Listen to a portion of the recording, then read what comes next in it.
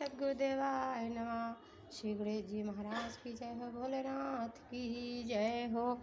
श्री शिव महापुराण। त्वमेव माता च पिता त्वमेव बन्धुश्च सखा त्वमेव विद्या द्रविणं त्वमेव सर्वं मम देवो त्वमेव सर्वं मम देवो।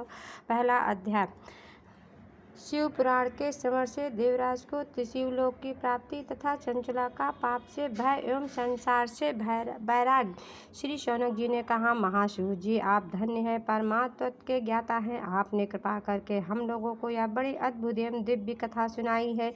भूतल पर इस कथा के समान कल्याण का सर्वश्रेष्ठ साधन दूसरा कोई नहीं है। यह बात हमने आज आपकी कृपा से निश्चय पूर्वक समझ ली। सूत जी, कलयुग में इस कथा के द्वारा कौन कौन से पाप शुद्ध होते हैं, उन्हें कृपा पूर्वक बताइए और इस जगत को कृतार्थ कीजिए। सूत जी बोले, मुने, जो मनुष्य पापी, दुराचारी, खल तथा काम क्रोध आदि में निरंतर डूबे रहते हैं, वे भी इस पुराण के श्रवण पठन से अवश्य शुद्ध हो जाते हैं। इस विषय में जानकर मुनि इस प्राचीन इतिहास का उदाहरण दिया करते हैं, जिनके श्रवण मात्र से पापों का पूर्णतया नाश हो जाता है। पहले की बात है, कहीं किरातों के नगर में एक ब्राह्मण रहता था, जो ज्ञान में अत्यंत दुर्बल, दरिद्र, रस बेचने वाला तथा वैदिक धर्म से विमुख था। वह स्नान, संध्या आदि कर्मों से भ्रष्ट हो गया था और वैश्याव्रत में तत्पर रहता था। उसका नाम था देवराज। वह पहले अपने ऊपर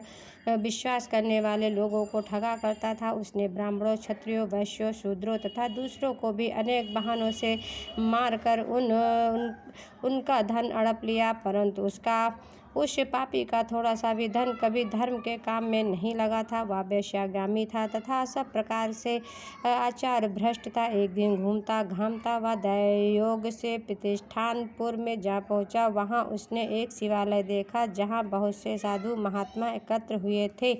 देवराज उस शिवालय में ठहर गया, किंतु वहां उस ब्राह्मण को ज्वर आ गया। उस ज्वर से उसको बड़ी पीड़ा होने लगी। वहां एक ब्राह्मण देवता शिव पुराण की कथा सुना रहे थे।